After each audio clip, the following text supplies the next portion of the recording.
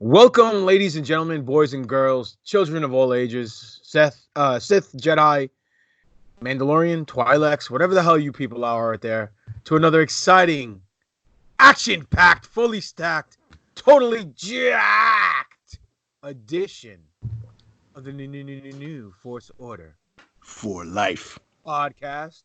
It's a Star Wars podcast by us. Three of the scruffiest nerf herders in a galaxy far, far away, the fans, riding alongside with the guest tonight, who's also a fan, and we present this show to you, the fans.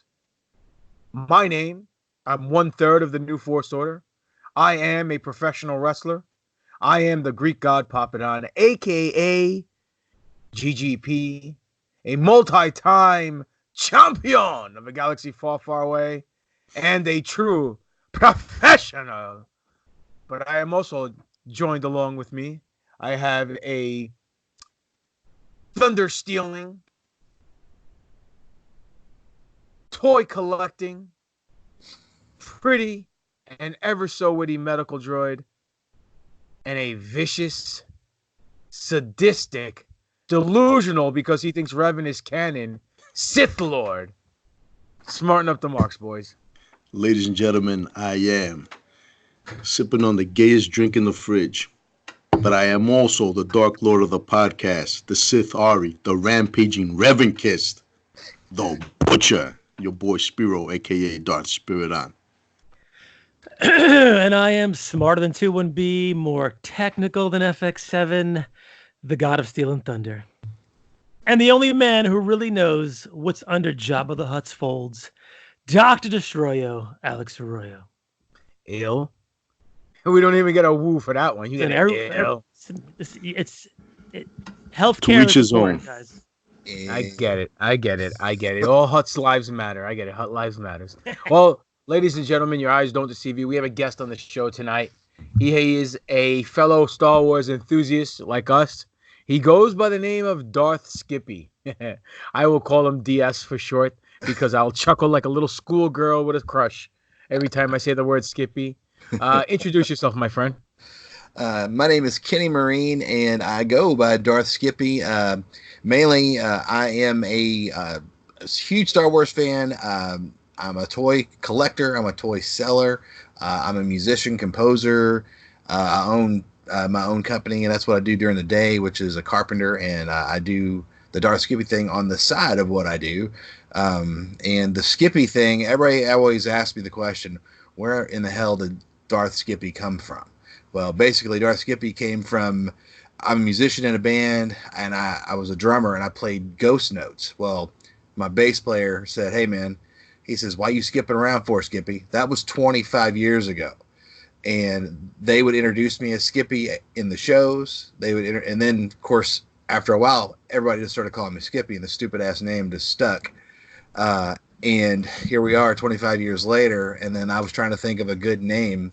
I was like, man, everybody's got all these cool names, like, Joey Ben Kenobi or whatever the hell was out there. And I was like, Darth Skippy, I could do that. So I looked it up to see if there was any, like, DarthSkippy.com or anything like that. There wasn't.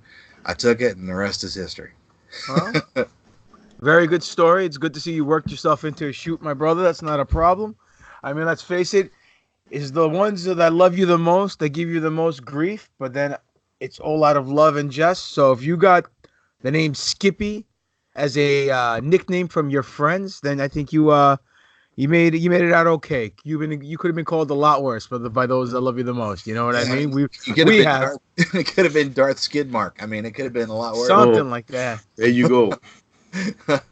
Well, let me ask you a question. All right, DS. We asked this to all our guests, and basically, we ask our guests when they come on the show for the first time, when did you lose your virginity? No, sorry.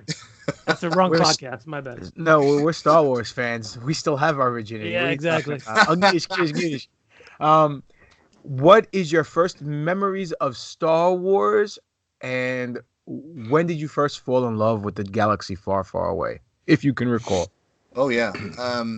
My first memories of Star Wars, I was about probably 4 years old, and it was the first movie that my dad ever took me to. And I remember going to this huge cinemaplex that we have here in Louisville, Kentucky. It was called Showcase Cinemas, and it was huge. I mean, as a kid, everything was huge.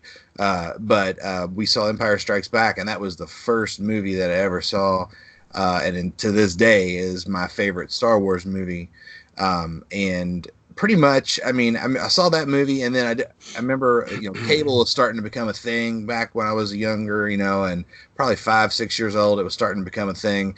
And I remember flipping across, these channels as a kid, and like, I see this movie, and I'm like, what's this? This looks like Empire Strikes Back, but I don't really know what that is. It's like, it looks same characters, but I don't know what the hell that is. So, of course, then as a kid, you start putting things together like, holy shit, that's Luke Skywalker, that's Han Solo, that's Chewie, and then once you realize that there's a bigger thing going on there, of course, then, it's like, I gotta have the toys, I gotta have, anything you can get your hands on as far as Star Wars. And that was a huge thing for me. My parents, when I was probably about 6 years old, got divorced, and Star Wars is kind of one of those things that kind of I held on to pretty hard, because like, it was something that got me through all of the crap. It was like, I always knew that I had my Star Wars stuff. It was like, I always knew that I was going to have that stuff to kind of rely on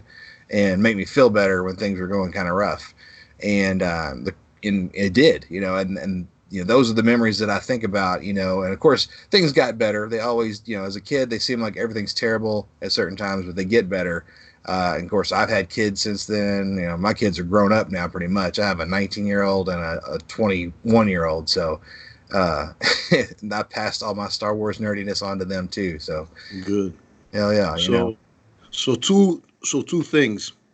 You are living proof that Star Wars can have a positive impact on a child and an adult. The second thing I want to say is, we know that Empire Strikes Back is your favorite film. Which is your least favorite film? Oh God, I knew he was Wow. Kramer versus Kramer. Search your feelings. Oh, I know, man. It's dark side. Well, God bless. Believe it or not, it is not The Last Jedi. Oh, sorry, Spiro. Sorry, Spiro. Yeah, it's not The Last Jedi. The Last Jedi. That is my guys. It was pretty close. But I will tell you that I think The Phantom Menace was the one that I like the least. And the reason I say that is because it was one of those movies you watch it, I remember distinctly walking out of the theater with my friends, and we all looked at each other and were like, what the fuck did we just watch? It was just like, we were all like, just kind of in shock going, I get some of this, but a lot of it I didn't. And I think a lot of that has to do with what Lucas was trying to set back up. He was trying to set up a whole new thing. Jar Jar. Oh God. Whew. I still think that they should have made that dude a Sith Lord and been a part of the whole thing, where like at the end of Revenge of the Sith, he comes like, how you doing, Misa Master? I done everything for you. And then Palpatine just chops him down. That would have been amazing. But that would have been great. I digress. Oh, listen. Hey, look, this show is unlike other Star Wars podcasts. We're not trying to crucify people for their opinions, nor do we try to convert them to have people with different opinions turn to the opinions that we have. We respect everyone's opinion. Whether they agree with us or don't agree with us, doesn't matter. At the end of the day, Star Wars, there's only one thing better than Star Wars, and that's more fucking Star Wars. Exactly. This guy fucking knows already. Exactly. Somebody stole the fucking Doc's thunder, yo. Tremendous. Now, couple things. Like, we have a mantra on the show, a saying, right? And our saying basically is, me being a pro wrestler, I don't know if you're familiar with wrestling terminology. I don't know if you're a wrestling fan, but we as the New Force Order don't try to get over on Star Wars. We try to get Star Wars more over with the fans. Now, the terminology over in professional wrestling means more popular. Oh, yeah. So we that's our mantra. We're not one of these guys that do like clickbait material, and we're not here to, demonize and crucify Kathleen Kennedy and J.J. Abrams and Bob Iger. Two-thirds of us are in here. Together. But I mean, to me, I love everything Star Wars, and my synopsis on everything is that when you come up to bat, you can't hit a home run every time you're at the plate. So whether it's as good as Solo or as bad as Attack of the Clones, I mean, it is what it is. But the one question I have to ask you, and this is what's going to separate the men from the boys. All right. Shit. So let's see if you pass with flying colors or you Do fail. you have a Star Wars pocket pussy? Because Papa Don does. Well, No, I don't. no, I don't. Do you think Revan is canon? Oh, Wow. Well, hold on, man. You can answer with the truth, right? And be mercilessly crucified for it, or you can make something up and pass. well, okay. Well, here's the deal. If they made a basically a Sith battalion named after him, I would say he's probably canon because he's there. I mean, he's a part. He's been put into. He got thrown into the mix. Now, whether or not it's the same Revan as we all know. No, that was his cousin Scuba Steve Revan.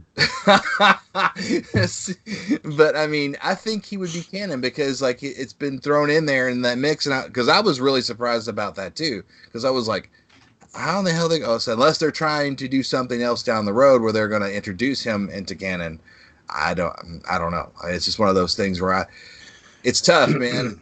I'm just busting Spiro's balls because Spiro's is a huge Revan mark and a big fan of. I really do think that that was their way of getting him in because. Listen, man. Knowing certain people at Disney, I wouldn't be surprised if they changed his whole history to where he's a fucking transgender something. You know, he almost did a spit take. But you know what, man? I mean, listen, not only that, but they're bringing back Knights of the Old Republic, and the word is that they're trying to find a way to bring the Old Republic into this current canon. Now, what does that mean? It means that it may not be the Revan that we know, that we've known. So a few things may change. And listen, man, when you played. The first time we ever see Revan was in the games, right? Yep. Now, you have a fucking choice in those games. You want to be male or do you want to be female? So that is the question here. What are they going to do with him or her? Right. Or it? Gee.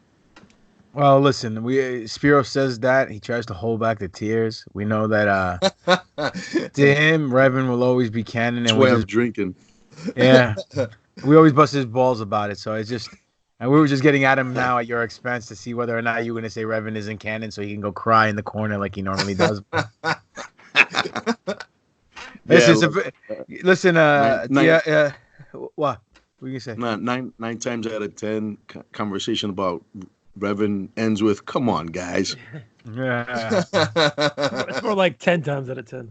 Yeah. We bust each other's chops on the show as well. So, like I said, this isn't your average, paint by the numbers type of podcast. We like to have fun. Like if we were sitting around drinking a couple of brewskis and enjoying a good time, you know what I mean? So. Oh yeah, man. Well, it's like my son and I. We have lots of discussions about Star Trek Star Trek. Oh my God. All right. It was nice knowing you, Skippy. Well, thank God for Revan. Thank God for. We do that too because he's been on this Star Trek kick here lately. And he's been really watching the shit out of Star Trek. And the bad thing was the other day, I grew up watching Star Trek as well. So the other day I'm in my bedroom and I hear the episode that he's playing. So I'm like, hey, and he's like, what? And I was like, is that a counter at Farpoint? He's like, yeah, the 2-parter. I'm like, okay. He says, Dad, you're a dork. I'm like, yeah.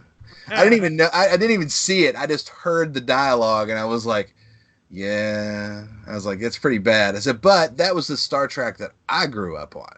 Like, I watched all the old crap, but like that was the one during the 80s that was big.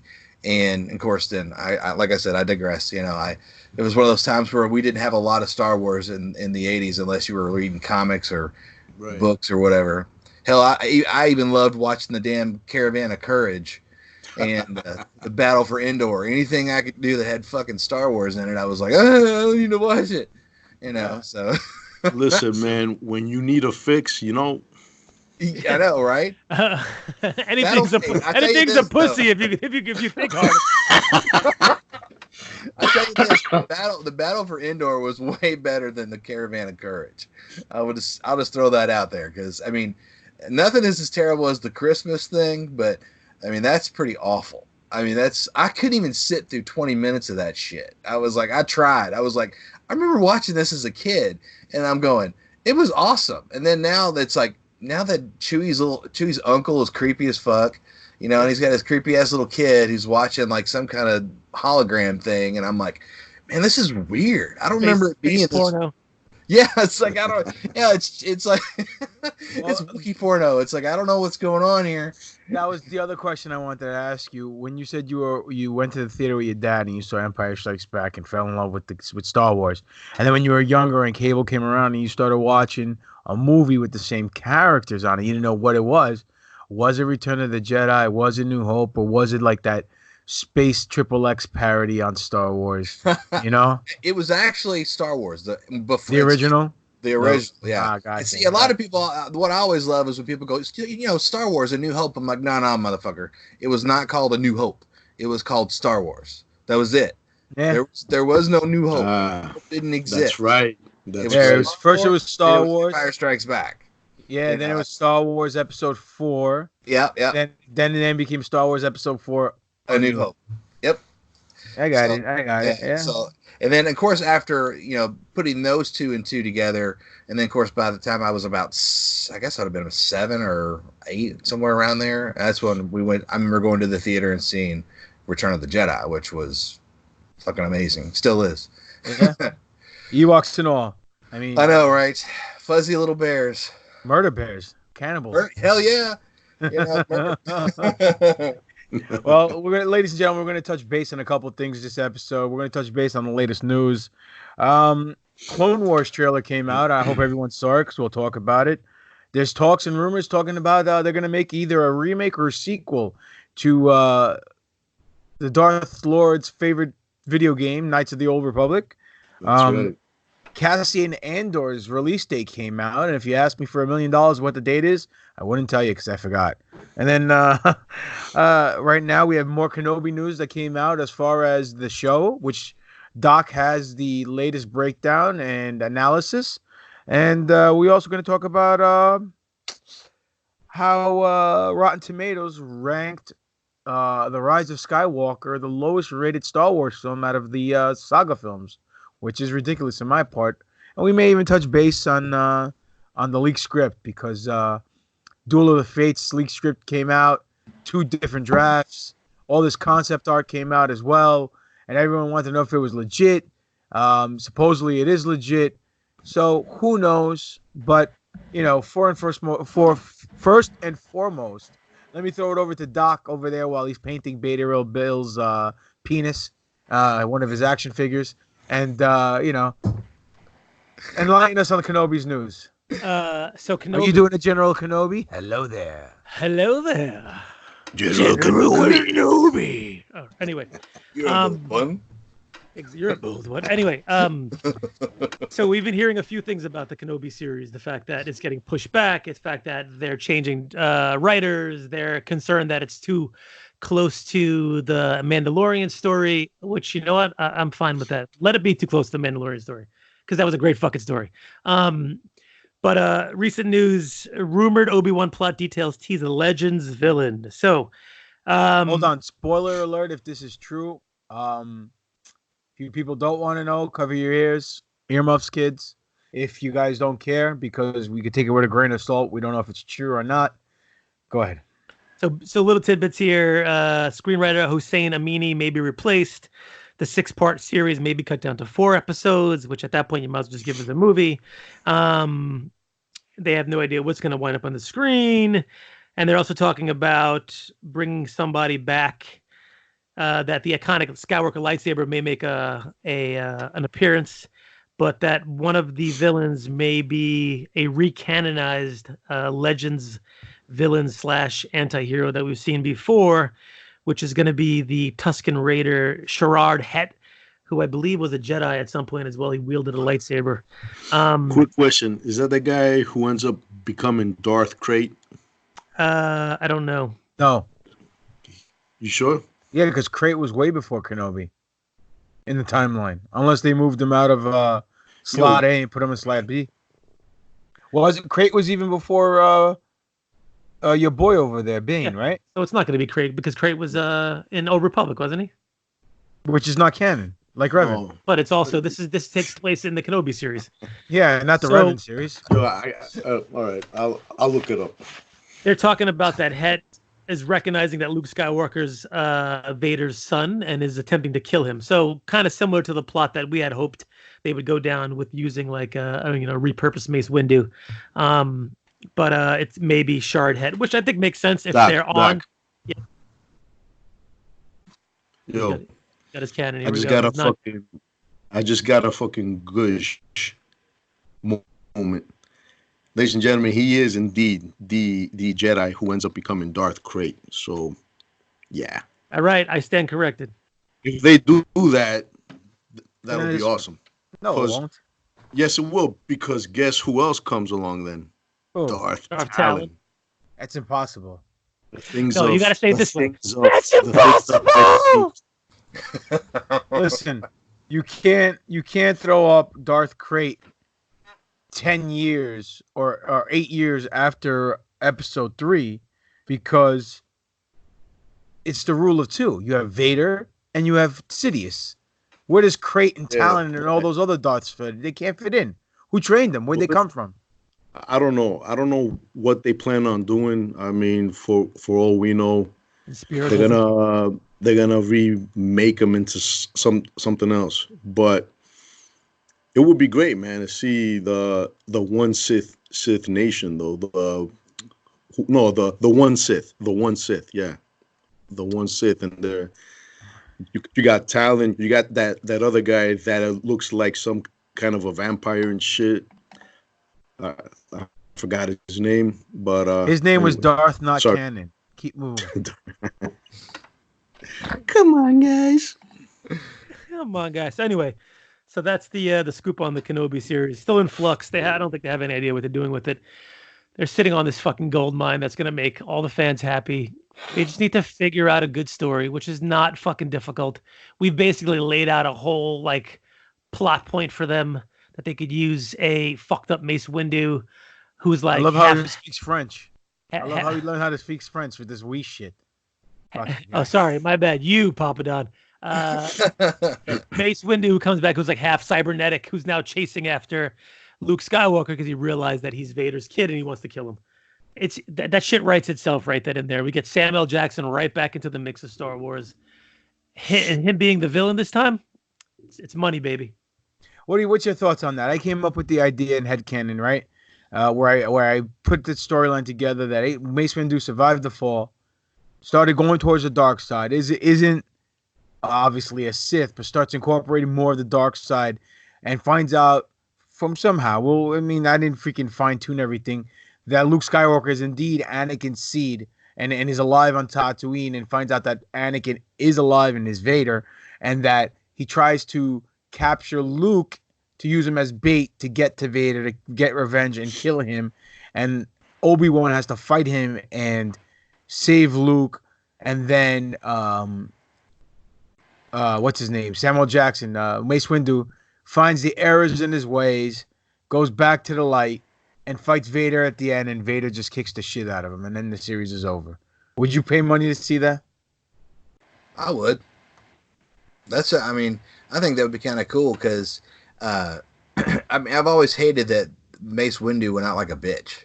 Yeah. I mean, it's like, and out the window like a bitch. I always hated that because it was like, man, there's just no way. Here this guy was kicking the shit out of Palpatine, and then he's just gonna go out like a bitch. I was like, man, that kind of sucks. Some people say that Palpatine was throwing the fight to get the sympathy from Anakin on purpose, to make sure that he fully turns, because if he was in charge of the fight and he was laying the smackdown on Mace, then Anakin would have sympathized with Mace and would have converted more to the light and not fall into the dark side. You know what I mean? Yeah, the only problem I see with that though is like when you see Palpatine's eyes, like he's fucking scared. Mm-hmm. Like when Mace has got him down for the count and he says he's too dangerous to be left alive, and he goes to swing his fucking lightsaber, Palpatine is fucking scared because like, he knows if Anakin doesn't step in, that Mace is gonna fucking kill it. So yeah. I don't know if he's throwing it or not, because like he looked fucking scared to me. He looked like he was like, oh shit, this is. Do you like Revenge of the Sith? I do. I like most of it. I don't like all of it. There's some parts of it I wish were a little bit better, but that's it's one of those things where it's like I think the direction could have been a little bit better, emotionally, because there's some parts I'm like, I don't know. It's just like it seems like there could have been the dialogue could have been a little bit better, but I mean, for the most part, I mean. For you to get the story, I think it's really good. I mean, it's the lightsaber fights in the movie are great. I just felt like the Darth Vader section of it was very, very brief. It should have been a little bit longer. They should have made the movie longer. I mean, make it a 3-hour movie. I mean, you're talking about something that was bringing this thing whole together for him to be Darth Vader. I think they should have taken that a little bit further. Yeah, it would have been great to have had another 15 minutes maybe of like Vader just going on a mission, taking out any Jedi, or just, like fighting and shit, Oh, yeah. Something like, taking charge. But, yeah. But I mean, for the most part, though, the movie was great. I mean, I mean, it was one of those movies where when I first saw it, I didn't really know how I felt about it. I was like, it's like I really like a lot of it, but some of it I was like, I don't know. And then you watch it a few more times, you're like, yeah, okay, I enjoyed it. It's like like you guys were talking about the Rotten Tomatoes thing with the Rise of Skywalker. I'm just like, these paid off critics can kiss my ass, because the fans spoke. Yeah. I mean, the movie, was it the best movie? No, but it was a damn good movie, and I left the theater going, wow, that was cool. That was fun. How many times have you seen it? I have seen it twice. I want to see it again, but like both times I cried in the same spot. I was the first part the first time I cried in that movie is like when Chewie goes, when he gets back and they're like, she's gone, and like he's just like losing his mind, and I'm like, oh man, it just broke my heart, man. I was like, yeah, oh, same here. God. And I looked over at my wife. She's like, like we're both just like sobbing, like just crying like crazy. And I was like, oh my God, this is so sad, And it was just like, son of a bitch, but as far as the story, it had to go that way. We knew it was going to happen. It was just one of those things. But I enjoyed the movie. I mean, it made you feel. That's what that's the biggest thing that I can say is like, it made you feel. Like a lot of these, like The Last Jedi, I didn't feel shit. Really? I mean, I didn't feel not anger. Keep it going. Keep it going. Well, not so much. Yeah, I felt a lot of anger. Okay, I mean, something. Yeah, I mean, nothing good. Let's put it that way. I mean, the thing about it was with The Last Jedi is it's an amazing looking movie. And what I mean by that, like, everything looks good. I mean, it's shot well. It looks great. Rian Johnson is a good director. A lot of people like to give him shit and go, oh, he's a terrible director. It's like, no, he's a terrible director when it comes to Star Wars. He's a terrible writer when it comes to Star Wars. I said, but as far as being a good writer and a good director, he is a good writer and a good director. But they should have had people in there. I mean, why was Lawrence Kasdan not a part of this writing team? Why was his son not a part of the writing team? I mean, somebody should have been there going, yeah, I don't think that's a good idea. You shouldn't do that with Luke. That's going to get you in trouble, Well, listen, here's the deal. I mean, I love the film. Doc likes the film. Spiro hates the film. So we have all demographics covered.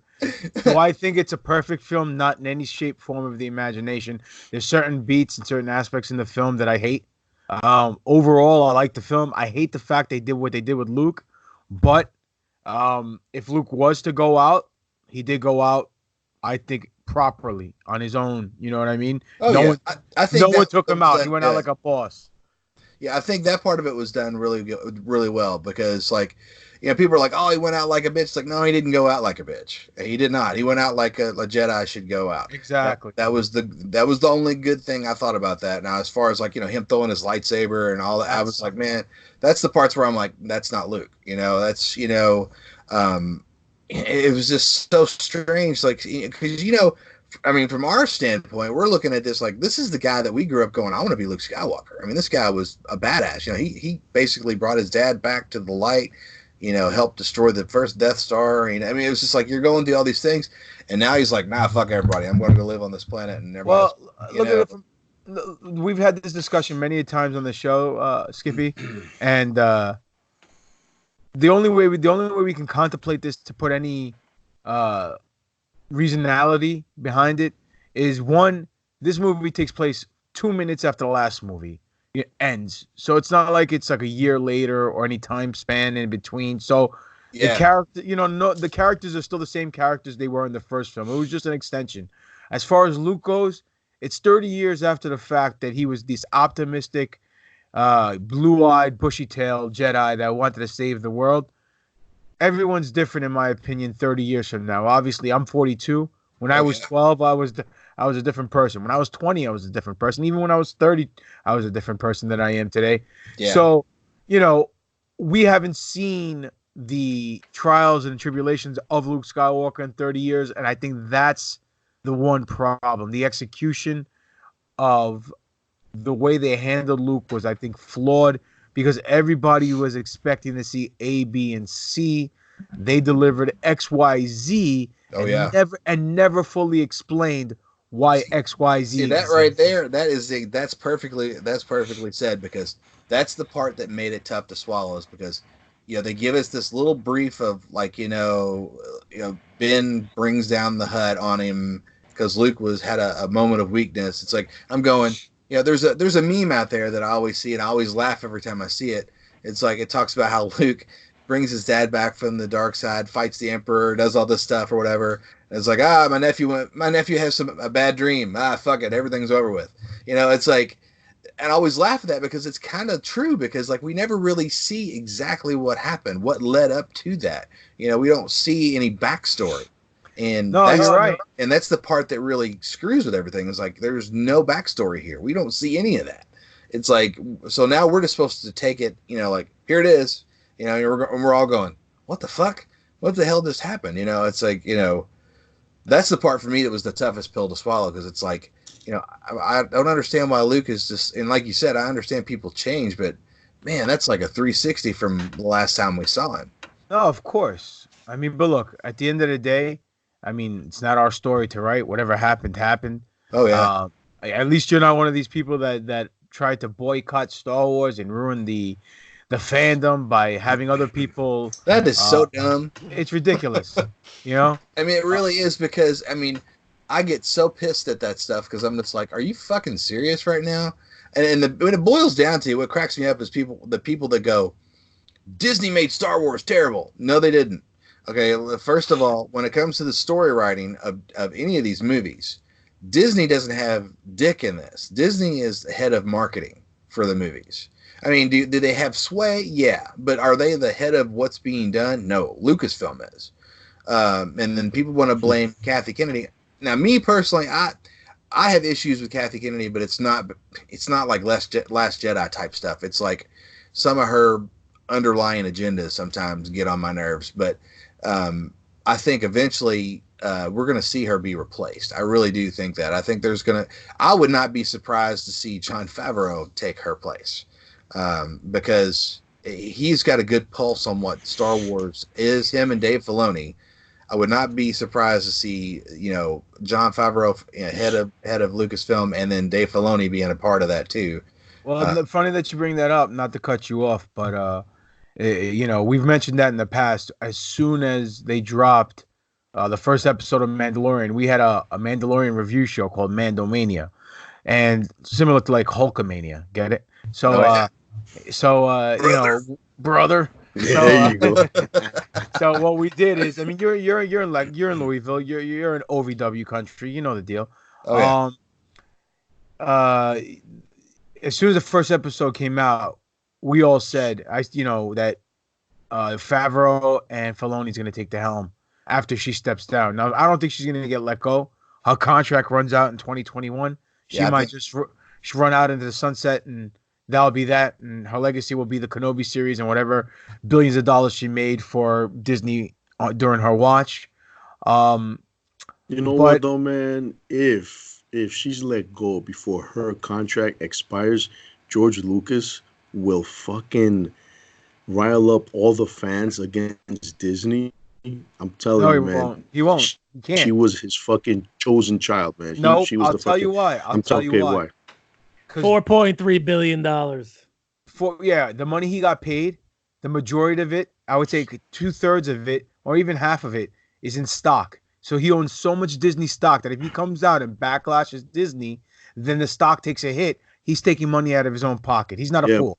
but That's the listen, reason man, why I have Ewoks. You remember one of the supposed, you know what, and we need to investigate this to make sure it's true, because even though we have a source within the fucking company, supposedly one of the clauses was that for them to acquire, which I still find hard to believe, because if you offer me that amount of money, I'll be, yo, listen, you guys put whoever you fucking want to fucking run this shit. But anyways, supposedly one of the fucking clauses was that she had to remain as the CEO of Lucasfilm. So I don't know. You know, that's just coming from a source from over there. Over where? Over But, here? Over there. The scenario that came to pass is that he thought by having Kathy, who's been alongside his journey all these years with Lucasfilm and E.T. and Raiders of the Lost Ark, that his what is it called? Not scripts, but his outlines for 7, 8, and 9 would be incorporated into the sequel. Obviously, they weren't, for whatever rhyme and reason. Who knows? Obviously, we all know that we heard that he wanted to go down, talk about the journey of the Wills on a more microbiotic level, and double down on the midichlorians. And everybody in Disney were like, no, it didn't work the first time, George. Sorry, whatever. So you can't fault him for that. But the only thing he did say in an interview with John Rose, he called them the white slave masters for some strange reason. And that's the only bad things he's ever said. He didn't show up to the premiere of episode 9, which is obviously didn't look good. But, at the end of the day, by not showing up, stock price is not going to fall. If he comes out and starts saying shit and riles up the truth against Lucasfilm and against Disney, his stock's going to, deplete and drop, and that's money out of his pocket. So he's not stupid. Yeah, but at this point, with the amount of money he has, does he care? Yeah, he's always been. He does care. He's always been one of those, Hollywood. What do you call it? Idealist.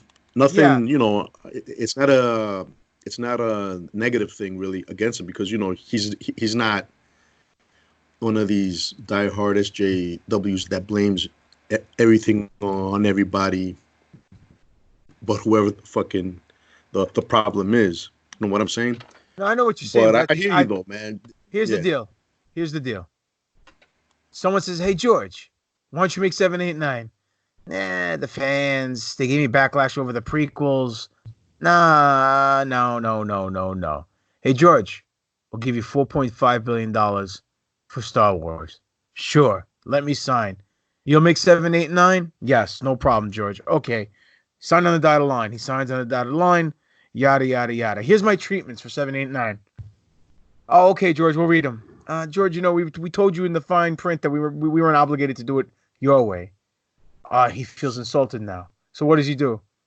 He comes, he watches 7, sees it, says he didn't do anything different, drops by Solo, drops by this set, that set, always sticking his nose in, come by and see what's going on. Why do you think he's doing that? Because he realized after he sold his company, shit, my legacy can be tarnished, or my legacy might be forgotten if Disney does a better job. So ego starts coming into play because all this guy has is Star Wars. Everything else he's touched outside of Star Wars and Indiana Jones really hasn't succeeded much. The guy's a great storyteller, not a great producer, not a great director or screenwriter or whatever. I'm always gonna say this to the day I die. If his ex-wife, who's the editor in the original trilogy, edited the prequels would have been a much better series of films and wouldn't have got so much hate.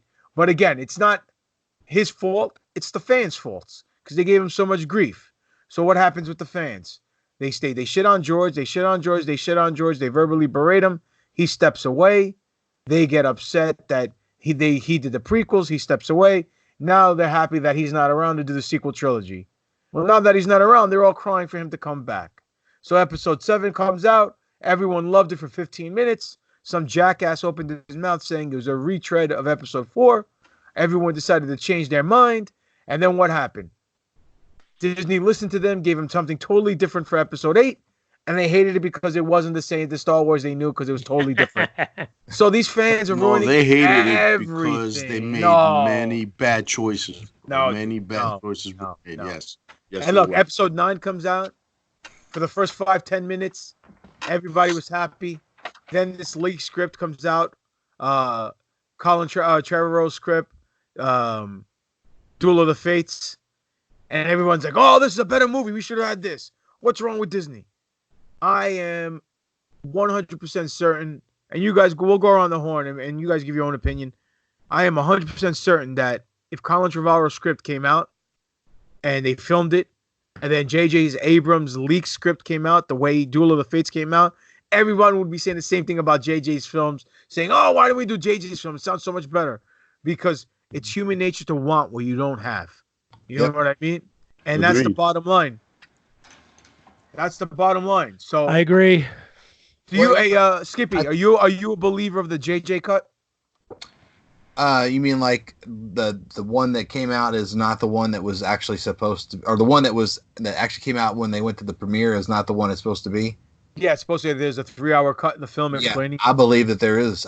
Because I've read a lot of different things. Like I said, I don't know if I don't know if the sources are true or not, but they said JJ was pissed.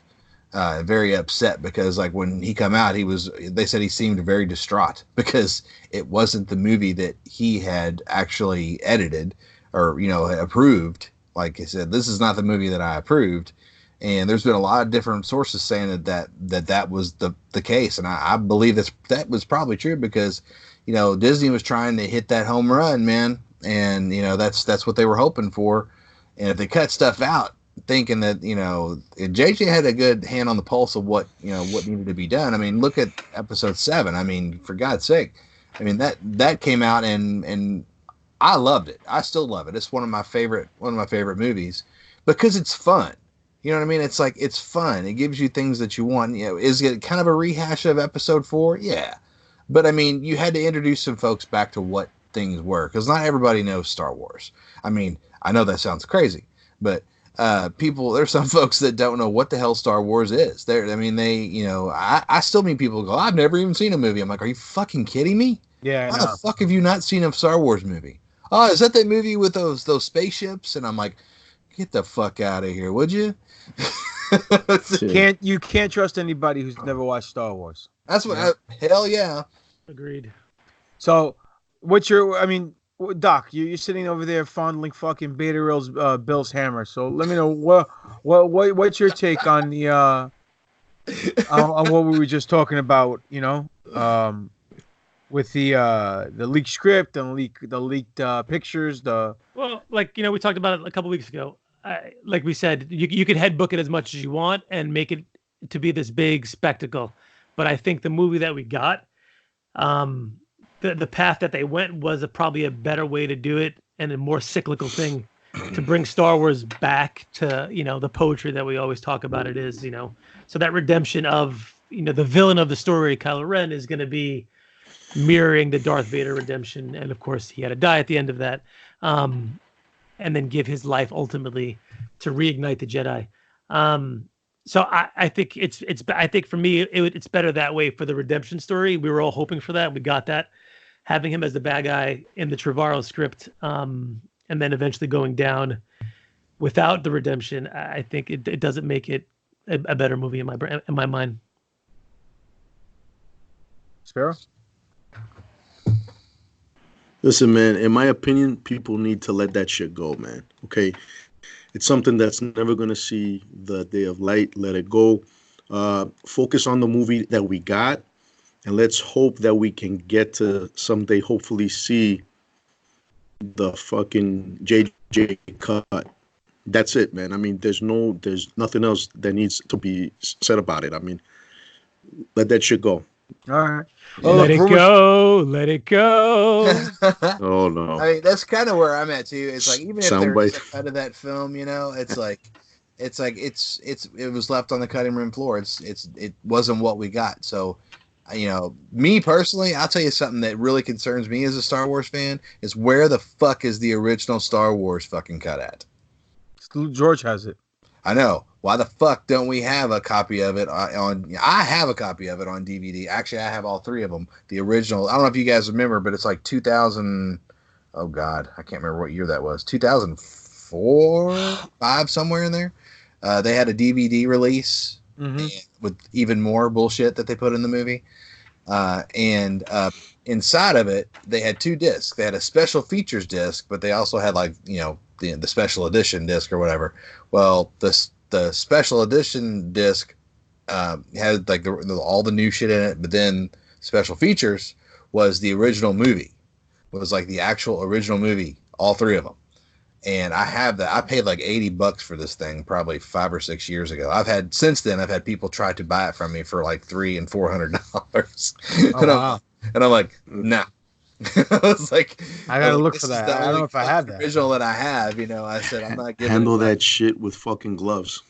Yeah, I mean, it's just like I'm like you know, and it's like I want because the original Star Wars, if you watch it, I mean, it flows so much better than the special edition horse shit. I mean, it's like you're going, wow. Well, there are some changes in the special edition that I think were better, but there's a lot that weren't. I agree with you. Well, yeah, I mean, the look of the film, like that for me, the look of the film, like making things look better, you know, crisping it up, making it look great.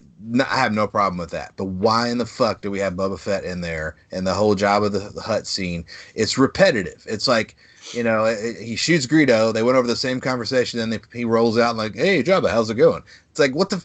Well, I don't need to fucking talk to you. I just talked to Greedo and blasted his ass. Now I got to pretend like I'm getting away from you now, which I think it's more thug for him to be like, you're like, yeah, I just shot this motherfucker. We're gonna take off. I don't give a fuck what Jabba thinks. Have you seen the original version with the Scottish guy playing Jabba? Yeah. Yeah. And it's just like, why would they even mess with that scene? I mean, if they were going to do that, they should have took the Greedo thing out. But then they go and they add the Greedo bullshit in, and like Greedo shoots first. No, fuck you. That is so. I saw that. I was like, you know, they changed it again, right? They changed it back? No, they changed it again when it came on Disney Plus in 07 or 08. Before Lucas sold it, he changed it. Now they shoot at the same time, and Greedo yells out something in some kind of language. McClunky. He yells out the word McClunky for some strange reason, and Han pops him in the head, you know, and then kills him. Boom. But they shoot at the same time. Greedo didn't shoot first. That is so horseshit. But whatever. It's so fucking ridiculous. Well, see, it's like, and I was glad, and I was glad in Solo. You know, you were sitting there and like. In one of the last scenes in the movie when him and Beckett are talking, he's like, and he's talking, and all of a sudden it's, you're like, oh shit, you know, like he just shot the dude. Like I was like, fuck yeah, because Han would have shot fucking first, motherfuckers. So you like Solo? Oh yeah, dude. That is probably one of my most watched Star Wars movies, just because it's so fucking fun to watch. Oh yeah, it felt like Star Wars. Yeah, I mean. It's one of those movies like the wife and I'll be sitting chilling. I was like, hey, you want to watch Solo? Like, yeah. And we'll just sit down and watch Solo again because it's so much fun to watch. I mean, I think that it's one of the most underrated Star Wars movies. Like, it wasn't given a fair chance because of all the Last Jedi bullshit. And it was a great movie. And people were really worried that Ron Howard. I'm like, you're worried that Ron Howard is going to be the fucking director of this movie. Are you serious right now? I mean, I wouldn't want it. I wouldn't want it a movie with the previous directors if it was all campy and fucking like a comedy, and I wouldn't want that. That takes the seriousness away from Han Solo. Yeah, he was kind of had jokes and stuff like that. Him and Chewie together, But it would, if they were doing that shit all the way through the movie, then it's just too much. It's like there's got to be a little bit of seriousness going on at some point.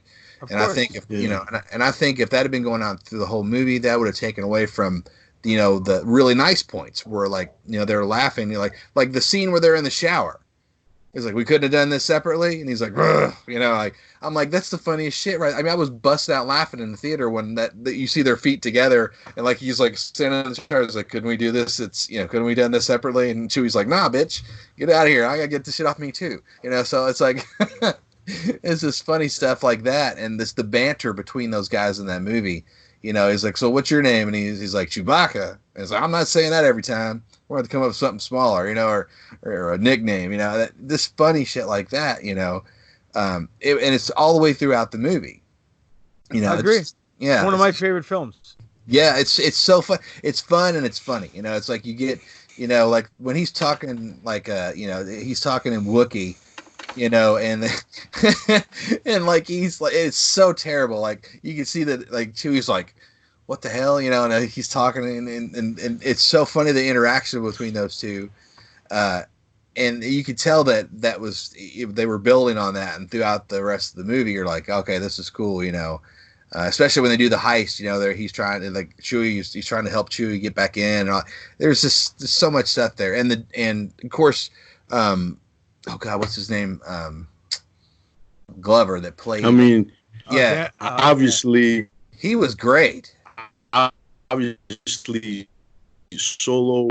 So obviously Solo is super over with you, right? Yeah. Speaking about over, but before we go into the segment of Who's More Over, we have a segment on the show that's called Who's More Over. We'll get that to it in a second. Rumors and speculation have been coming out that a while ago that Disney wanted to offer George Lucas a role to come back as a overseer, or as a what's the terminology that they used? Somebody to come and fine tune. A consultant. Thank you. Sorry, the CTE is kicking in, right?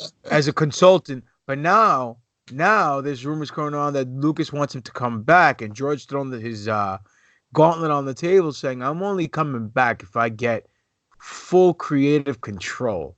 Otherwise, I'm not coming back at all." So now there's talks that there's some kind of, they're trying to reason out with George because they want him back as consultant. He wants to come back as the head of Lucasfilm and run the ship and do everything his way again, and wants full carte blanche creative control. So I'm just throwing that out there. We'll see what happens.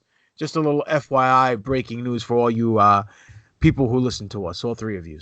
So most importantly, we have a segment called Who's More Over. Now, we do this every week, and every week someone's scratching their head, first time listener, saying, over. What the hell is this Greek guy talking about? That doesn't make grammatical sense. How can he be over? It's this is just shenanigans. No, it's not shenanigans. It's wrestling terminology.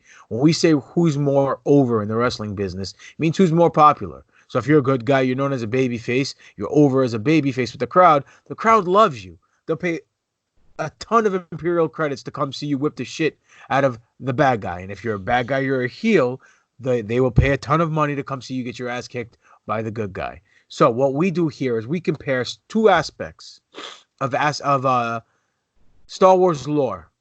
Whether it's a person, place, or thing, doesn't matter. We see who's more over with you, but most importantly, we see who's more over with us. So let them know who the contestants this week are. Contestants this week on Who's More Over. On one corner. Is this your sex talk voice? This is my sex talk voice. Okay. Hey, big boy.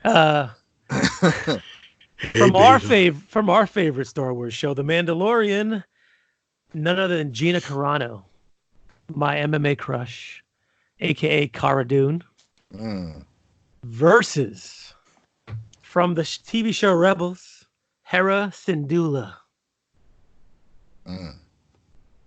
So what do the polls say? What do the feedbacks from the fans say? We got some comments over here. Let's see. Our boy John Enright. Oh, Who? John Enright. Good guy. Cara Dune. She was a badass. Rebel Special Forces, able to handle herself. So he's going for Cara, which is, by the way, my daughter's name. Cara Leia. So it can't get more Star Wars than that. I guess if I name her Jedi lightsaber, Starship Pain, Death Star Royo.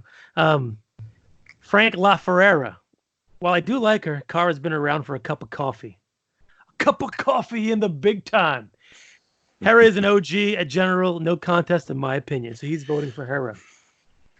The polls. Cara Dune in a landslide, 75% to 25%.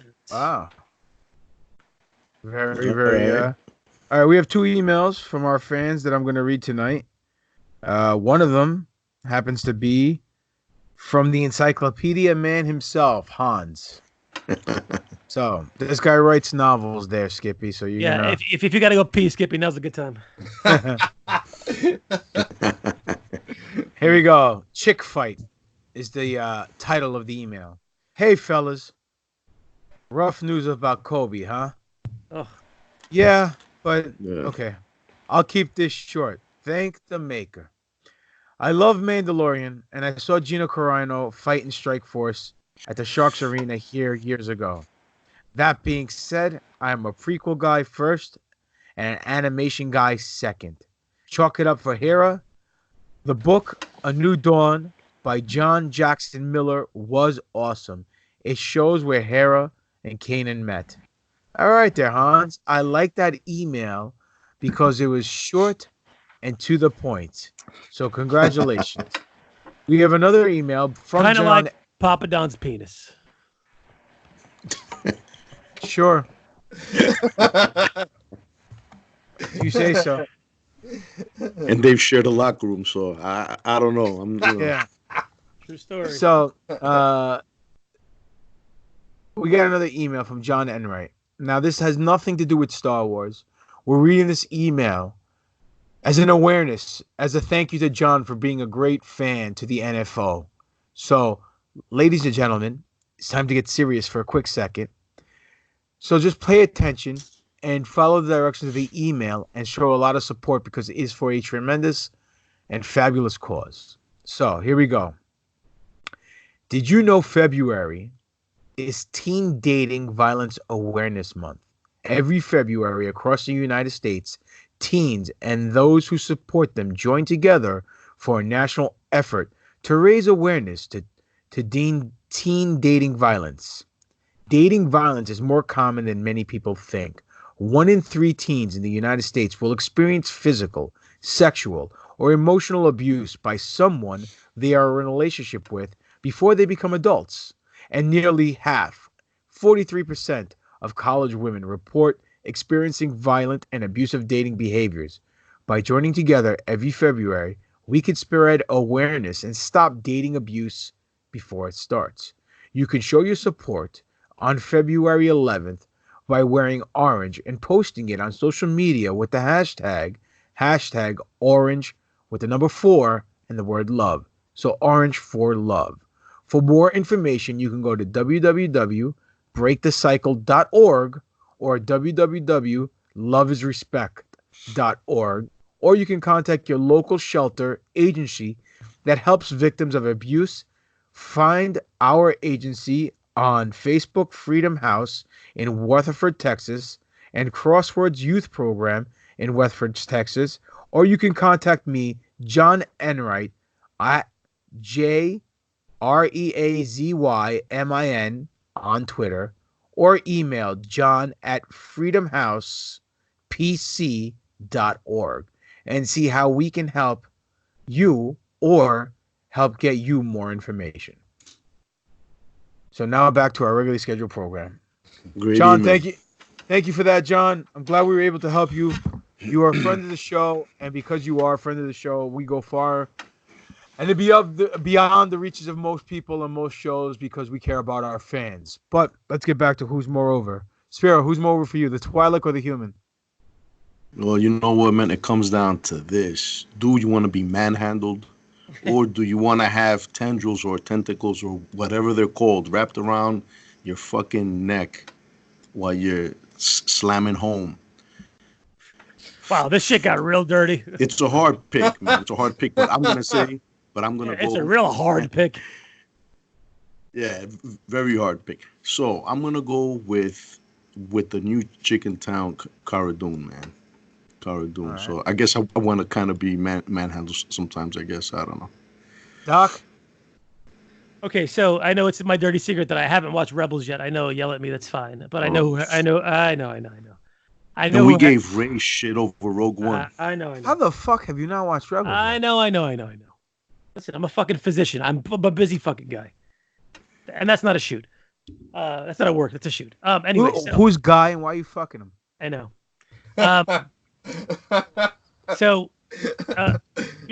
Because I'm not a big fan of hentai porn, I'm going to leave the tentacles alone. That's for you anime nerds out there. It's always been my dream to be with a woman who I could, do a double leg takedown on, put her in a fucking headlock, give her, the once over, flatten her out in jiu-jitsu, choke her out. This is not a great fucking segment for which you just read the commercial. I don't want to do any violence on any women. I love my women. But a chick who's cool. He should have gone on last. It would have been a fucking great segue to Kama Sutra. But a chick who's cool with it, like a Cara Dune, like a Gina Carano, who's like, yeah, baby, let's get down. You gotta have it's what I tell my son. You gotta have consent. It's always been one of my dreams. Doc, your wife's standing behind you. You should just stop while you're ahead. He just got shook. Is I'm never ahead. What did we just read about fucking violence and shit? Spiro's, as usual, a dollar short and a minute late. So for me, I'm picking Cara Dune. All right. Skippy. Oh, man. Oh, Cara Dune, definitely. I'm all about strong chicks, and my wife's a very strong woman, so it's like, yep, I would let her do awful things to me. Nice. Doc's ex-wife is very strong in the Force. She has a freaking chokehold, a Force choke on his wallet. So yeah, she does. Hey. Now this is a toss-up for me. I like 5 more years. 5 more years. I love both characters. All sex jokes aside, I'm throwing them out the window. I'm approaching this as a civilized gentleman, unlike you heathens. I will go with Hera Syndulla. She's been in the mix for a long time. She can get out of trouble. She's not running and hiding like Cara Dune. She's a badass, and she knows the ins and outs of the rebellion because she's been a part of it from Rebels all the way up to Return of the Jedi, which she is a part of in the timeline. It's canon, unlike Revan. So that's my choice. Oh, man. So Cara Dune wins. Yeah, Cara Dune's the winner. Yes. Well, ladies and gentlemen, if you guys want to partake in Who's More Over, send us an email. Very simple. newforceorder@yahoo.com. You can send us your answers, or you can send us what you want us to talk about. A couple weeks ago, we did Force Ghost Anakin based on, was it Tim Gilby? Dusty Mulholland. Oh, Dusty Mulholland's pick of Sebastian Shaw versus Hayden Christensen. So we listen to you fans. So we want to be more interactive with you guys, even though some of you guys are, not all there mentally, physically, grammatically. But, doesn't matter. We don't judge you. We welcome you with open arms. We want the love. We really want the hate, too, so we can go at you viciously like we've done in the past. It's been a while. Yeah, it's been a while. We're getting a little rusty here. But speaking about rusty trombones, Doc, what's going on with the Kama Sutra? Okay, boys. So for the benefit of our guests, hold on. Well, let's because the look on Skippy's face just now. DS, listen. Doc's got a book for Christmas. It's the unauthorized Kama Sutra book, the Star Wars Kama Sutra book. So because you're a guest, you got to pick. You get to pick a number, and that's the page we'll look at, and he'll tell us the position. From 1 to 100, please throw one out there. Oh man, don't pick 33. We picked 33 last week. Let's see, 13. Doc, okay, 13. 13. All right, lucky number 13. Doc, Triskaidilophilia. You gotta write this stuff down. Which numbers we pick? What am I writing down? Which number? Numbers that we pick, so we don't pick the same page twice. I got a photographic memory. I got it right here, bro. Don't worry. Yeah. Got you, what do you say? He's got a pornographic memory? Yes. That's exactly what he said. All right. He's a fugazi, so sure. So, by the way, I know, Darth Skippy, that you said you're an action figure guy. I just want to let you know there's only one fucking action figure guy in this fucking place, and that's me, kid. Okay? We'll compare dick sizes later. No, I see your dick on the left side of my screen. So spoiler alert, I win. Anyway. You win. So, lucky number 13. This one is called The Attack of the Clones. Yeah, our favorite movie, starring the clone troopers. So, in this Star Wars Kama Sutra, this guy basically, the author's name is S.N. Herder, aka Scruffy Nerf Herder. Takes his action figures and puts them in compromising positions. So this week we have Attack of the Clones on page 13. Here we go. God. It appears to be a gay orgy between a number of the clone troopers. So is that an order 66 right there? It looks like order 69. Yeah. So we have Commander Green and Green over there, apparently. We also have, it looks like Commander Cody, the bottom over there. He's a bottom guy, huh? He's a bottom guy. Who's the blue one? Rex. Rex is getting a little on top action over there. Almost getting a space hat on. So it seems like, I don't know if this is the clone locker room or the Queen locker room, one or the other, or the Mets locker room. Oh, but sorry, Verna. Yeah, sorry, Mike. But this is page 13, Attack of the Clones, Clone Troopers starring there. That was a pretty good pick. I'm impressed. The Kama Sutra has not let us down yet, guys. That's an awesome book. Yeah, I recommend it highly. Actually, I found out that one of our fans, Frankie Luna, actually just ordered off Amazon and got it and posted it on Facebook, which I thought was pretty funny. So I think I'm owed like 10 cents by SN Herder. Oh my God, that's great. For the advertisement. Oh, we're glad that we're able to touch the young minds of the... I'm not touching anything that's young or anything, so let's leave that alone. I'm a pediatrician. I can't say that stuff. We're touching on the minds 18 and older. Okay, there we go. The young 19-year-old is not younglings. Yes. We kill those. No, we kill those. Yeah, we throw we go full order 66 on the younglings. That's for sure. Pop. I'm hijacking the show for a second. Go ahead, hijack it. In our beginning. Well, it's a team effort, so you never really hijacking it. In our beginning talk prior to us recording the show, you forgot to mention the most important thing that happened in the Star Wars universe this week. And that's the fact that I went to fucking Galaxy's Edge in California on Saturday. I was going to set you up there right before Tatooine, but you just killed the lead, so go ahead there. I'm dropping it in right now. That's what your wife said. I went to the Promised Land, boys. That's what my wife said as well. And it was amazing. After she got the ring and said, I do, and you guys haven't got married yet, so yeah. Never mind. He's a sinner.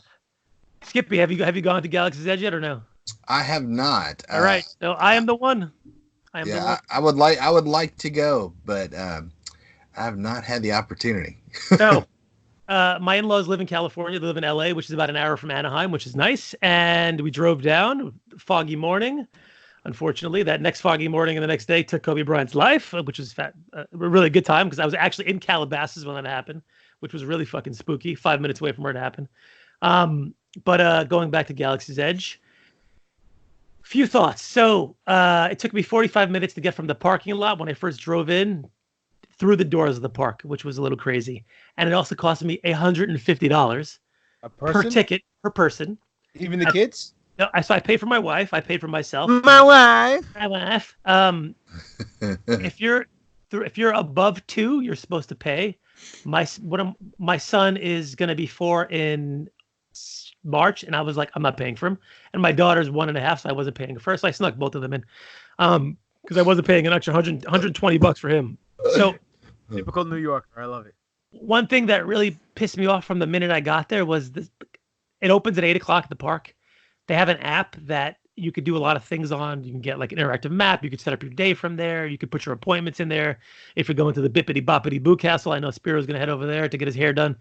And the second I'm in the parking lot, I go to the window to pay my $25 parking fee. And there's a sign that says, "The Rise of the Resistance," which opened 9 days prior to me getting there, is all booked for the day. Now, mind you, this was at 9:30 in the morning. The park opened an hour and a half before that.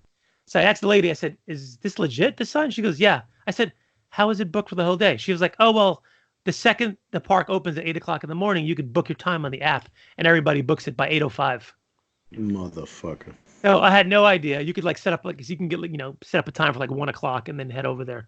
So I didn't get to the Rise of the Resistance ride. I also didn't get to the Millennium Falcon ride because it was an hour wait and my family was being fucking crazy. Even though the fact that they all knew that I was going there for myself, not for them. So didn't ride the Millennium Falcon ride. I did ride Star Tours again, which has been there for 100 years, which is not in the Star Wars section. But they changed Star Tours this year to be the Rise of Skywalker. So there's Kylo Ren's in it, Lando's in it. They go to Exegol during the Star Tours. You like pull out of hyperspace and you're sitting with all the Star Destroyers. So it was actually cool that they actually incorporated the new movie for Star Tours, and they made Star Tours, which has been around since the 80s. Again, relevant again. They keep doing that to Star Tours. They keep updating it, which is nice.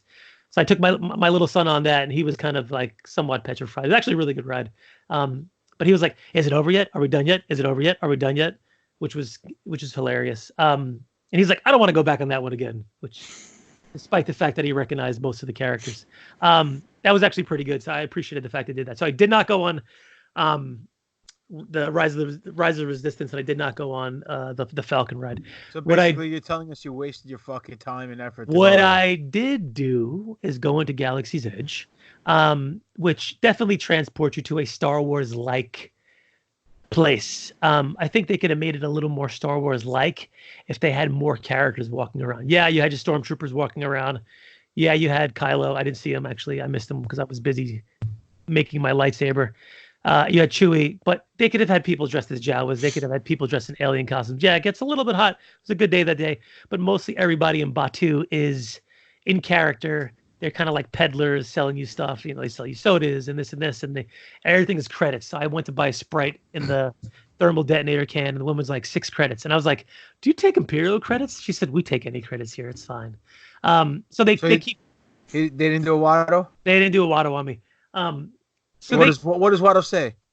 "Yeah, Imperial credits are no good here." Thank you. My favorite part, episode 1 in Darth Maul. So it was good that they did that. They all kept in character. They all told you, "May the Force be with you" when you bought something, or they, have a whatever day. I can't remember the terminology they used. Have a good life day. Exactly. Have a good life day. So that part was cool. They also had a lot of the merch kind of spread out all over Galaxy's Edge. So I was looking for specific things, and I had to go to different stands to get it, which is kind of fucking annoying, but whatever. I still managed. I did have an appointment for Savi's workshop to build my lightsaber. I made that appointment a week and a half ago. And initially, I accidentally put Disney World into the app. And when I was looking for appointments, January was booked up. February was booked up for Disney World already. So both months were already gone. I was like shitting my pants. And then I realized it was Disneyland, and I looked, and pretty much every date except the date that was the next day that I was actually on. So I think I made the appointment on a Tuesday. Like Wednesday was already booked up, but then everything else was completely open for Savi's workshop. So I made an appointment. And anybody who said that it's empty, it's not making any money, you're fucking retarded. I went on a Saturday, kind of like the off season, January 25th, which is there's no vacation from school. The place was jam packed. Disney in general was jam packed. Did you hear that, Jeremy? Yeah, Jeremy cocksucker. Galaxy's Edge was jam packed. I mean, Filled to the fucking brim. I was trying to get food there. The food line was a half hour long. It was a half hour long to get into the bar. So I got no fucking drinks for the bar. I got no fucking food. Hold on. Hold on. And it gets worse. I know. No, hold on. So, hold on. I gotta just throw this out there, Doc. I love you to death, but I gotta throw this out there. You went to this fucking place. You paid $150. You didn't fucking ride the Falcon. You didn't do the fucking resistance ride, right? Because you forgot, you didn't use the fucking app because you're still using a fucking abacus and a fucking carrier pigeon to fucking deliver message. My flip phone doesn't get apps. Okay. The Zach Morris fucking phone, I get it. So, prototype phone. You didn't eat any grilled pork or fried porks. Nope. You didn't drink any blue or green milk. Oh, no, I drank blue milk. But I didn't go to the alcoholic portion. Why? Blue milk's not alcohol? They don't have alcohol blue milk? No alcohol blue milk. So they have the blue milk and the green milk. And the green milk you can mix in chili powder and make it spicy. And let me tell you, that shit tastes fucking horrific. Which one, the blue or the green? I tried the blue only, but I can't imagine they both taste the same. It tastes like someone dropped a fucking load in a cup. This is what I can imagine. I actually haven't ever tasted a load, but yeah, right. Mixed a little corn syrup in there, tinted it blue. And was like, drink this, baby. Fucking terrible. Terrible. Oh shit. Milk was awful. It was so syrupy and fucking thick and sweet. It was so fucking nasty. $6 for the blue. $6 for blue milk. Drinking alcohol. That's what you fucking drank. That makes the scene in the film with fucking Luke that much worse, man. Jesus Christ. Who's drinking jizz, man? Oh, yeah, the blue milk. No wonder he wanted to die, huh? Yeah, exactly. Hey, Baru, is this your milk? It was bad. Uncle Owens. Did you see Collins? Did you see the ship, Collins Rowell's ship? Oh, the X-wing? No, wasn't the X-wing? No, wasn't it the knife nine, nine knife or whatever fuck the things that was part of the leaked script that was supposedly was supposed to be down there. It wasn't used in the movie, but they fucking made it before the movie came out. Wasn't it? I saw the Falcon. That's about it. I really was like rushed through there because the kids were fucking. Guess what? I saw the Falcon and you're at Disneyland too for your pictures, and I didn't have to pay $150. I know. If you actually follow one of our followers, Alex, on Instagram, I am a Jedi. He was there for like 4 days. That motherfucker did everything. He ate like everything on the menu. Had every drink. Had the blue milk. Had the green milk. Had the white milk. His pictures are much better than mine because I really rushed through there. I wonder what the green milk tastes like. It probably tastes just like the fucking blue milk, which I honestly didn't want to know because after having the blue milk, I was like, yeah, I'm over this shit. It was cool to walk through the market. They had a bunch of stuff on sale. They were selling like Salicious crumbs on the side, like puppets and other Star Wars. So did you buy one? I bought a bunch of shit. I did not buy that. My problem was I could have bought everything there. And I already had to borrow a suitcase from my in-laws to take the shit that I actually brought home because I bought so much fucking shit. It was, a fucking free-for-all over there. I could have spent thousands. So here's the real question. You drank some fucking blue cum. Yeah. Now, do you get fucking PTSD from fucking watching Smurfs? Yes. Because of all the blue cum, you can't watch Smurfs no more? Dripping down my face as I'm watching it. Andy Smurf gives you nightmares? Yeah. So anyway, I go from my I go from my appointment at Sabi's workshop. With, by the way, everything is written in Arabic, and you can't fucking understand where anything is. So it's sitting in a corner. You wouldn't have no idea that that's where you're supposed to show up unless you ask somebody or going with somebody who's been there before. Like later, my brother-in-law had been there, so he was like, "It's over there." So I show up over there for my appointment at 12:50. They're like, "We're a little backlogged. Come back at like 1:00." So I came back at 1, signed in, and the second you sign in, they hand you this kind of like menu. We're like, all right, what do you want to build? You want to build the strength and power one, which is like the bad guy one. You want to build the protection one. You want to build the elemental one, some other fucking jabroni one. What if you want to build all of them? You can build all of them, but you just have to pay the fucking money it costs to build them, which I think was about $220, $218 per lightsaber. Fucking hell. Yes, that's what I said. So I was like, I think one is all right. So I decided to pick the elemental one. They give you because I wanted like the kind of like the Ray looking one with the leather wrapped strap. So they give you a pin. You like that, right? Is it a strap on or strap off? Either way, Doc's making his own Kama Sutra book. It'll be whatever way Ray wants it. Did you see Ray there? I did not see Ray there, actually. Again, like I was fucking running around like a lunatic. My son saw Ray and the little one, and the stormtroopers are like, "Move out the way," and he's like, "You move out the way." Which was fantastic. I know I missed it. My wife forgot her phone at home, which I was going to kill her. Anyway, so they make you pick. They give you a pin, so when you go in, you have to have the pin visible, so the team inside knows which set to give you. So you walk in. Now, question. Not to cut you off, I apologize. Are all the elemental lightsabers the same? Are all the power ones the same? No, everything's different. Oh, so no two lightsabers are all the same? So they have. So I'll tell you the setup. So you can make 4 different sets of lightsabers, and each of those sets you can make. There's like multiple different combinations. I'll explain it in a second. But you could. So if I pick the elemental one, like my brother-in-law picked the elemental one, I don't know, 2-3 months ago, and the one that he made is different than the one I made because the way you set the combinations up, you can make it look different. Gotcha. So each set has multiple different sets of like emitters and end pieces and middle pieces and ignition pieces, and we'll talk about that because Tatooine is going to be my lightsaber that I made over there. So we'll chat about that. Nice. So you walk in the door and you get lined up, and inside there is I posted a video of it. You actually can take video inside there, which I thought was odd. So initially I didn't realize you can, and then I pulled it out to take some video.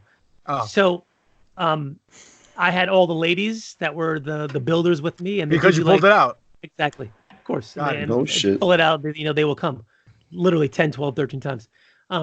So you walk in, they line you up along this kind of long oval table that has like this raised stand in front of you, and they give you the spiel. Oh, you're in a secret place now. We're trying to fight the First Order, and it's Savi's workshop. We're here to do this, blah, blah, blah, gimmick. We're building lightsabers, blah, blah, blah, blah. Okay, fine. Is the acting as bad as porno acting? It's about as bad as the holiday special. So fucking hell. It's pretty fucking bad, exactly. So they look around, they want to see your pin, and then they're like, so here are the pieces to construct your lightsaber, like a Padawan, and they, based on your pin, they pull out which one that you selected to begin with. So they hand me the elemental pieces. And it comes in 1, 2, 3, 4, 5 pieces. There's 4 grip pieces, and you could choose 2 of the grip pieces. There's 2 sets of the trigger pieces, so you could pick 2 of those. There's 2 sets of the top emitter pieces, and there's 2 sets of the bottom, like end cap piece. So now you can mix and match and change it however you want to change it, and make your lightsaber look however you want it to look. And again, those lightsabers can look different, even if you pick the same set. You can't reach over to your friends and grab his, section, and they want to keep everything in one family, which is fine. You could definitely tell that there's a specific way that you should set it up. Like one of the ones in the elemental had like this filigree that went through the whole like top piece, the middle piece, the bottom piece, and you could set it up to look like that, or you can kind of mix and match however you want to do it. Which I think is a pretty interesting mix, an interesting take on it, because you can go back literally 8 times and make a different lightsaber each time. So then, as you're building your lightsaber, you're looking at your pieces, you're selecting your pieces, and then you put them aside. Then they come around, they said, okay, the kyber crystal is the heart of a lightsaber. It's going to be what makes your lightsaber the color that you want. And then they talk about the 4 colors that they have for you to choose in the world. Yeah. Exactly. Red is the color of evil, the Sith, Kylo Ren and Darth Vader, and then green is the color of whatever, strength. Master Yoda and Master Qui-Gon had that, and purple is the color of, it's a special color, it's the color of Mace Windu, who's a badass motherfucker. And then blue is Master Skywalker's color, blah blah blah. So they give you like the whole gimmick of which for that. Did they mention black? They did not mention black. So the 4 colors you can only pick when you're building the lightsaber is purple, blue, green, and red. We'll talk about the other colors later. So they go, okay, so close your eyes. And I want you to reach out your hand and think about the color that you jeez. want. Let the color call, let the color call to you. And when you're ready, open your eyes. And then I opened my eyes and I had this lady's titty in my hand. And I'm like, oh shit, lady, that's not the color I wanted. But May the titties be with you. I mean, the force be with you. It was titty with tiki. So having an interesting debate with myself what color I wanted. I knew I don't want red because I wanted to go into the shop to try to get the black crystal. So I was going to buy the red there. I didn't want blue because I already have a bunch of blue sabers. So it was either green or purple, and I was like, let's just do purple. So I picked the purple saber. Good choice. I built it. They have a cool little ceremony where they walk around. Like beside you is like this case, which you really can't see what's in the case because it's kind of fogged. And they plug the lightsaber in there to the case, and they walk all around to all like 12 people that are there. And they say, okay, now grab your lightsaber, ignite it. And then you see it all of a sudden it ignites inside that little case. And the case like slides over like by mechanics. They press a button. And then everybody picks their lightsabers up and they start swinging dicks with each other. And like, oh, you say some fucking like lightsaber speech. Which actually, listen, I'm going to be honest. It's going to sound really fucking like, kind of crazy. But when they did that part where like you held it and you like ignited it and then you start talking about like the this and that, I kind of got a little emotional. It was like almost like my hair started standing up a little bit because it was just what cool. hair? Exactly. It was just cool. I felt like 10-year-old like in there and like, oh, this is fucking like this is everything I wish I had as a 10-year-old at Star Wars.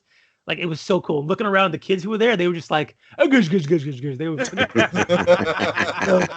They were blowing their first loads inside there. Like one of the kids left. The kid who was like 11, like turned to his dad. He was like, Dad, that was so cool. And I was like, you're damn right it was, you little motherfucker.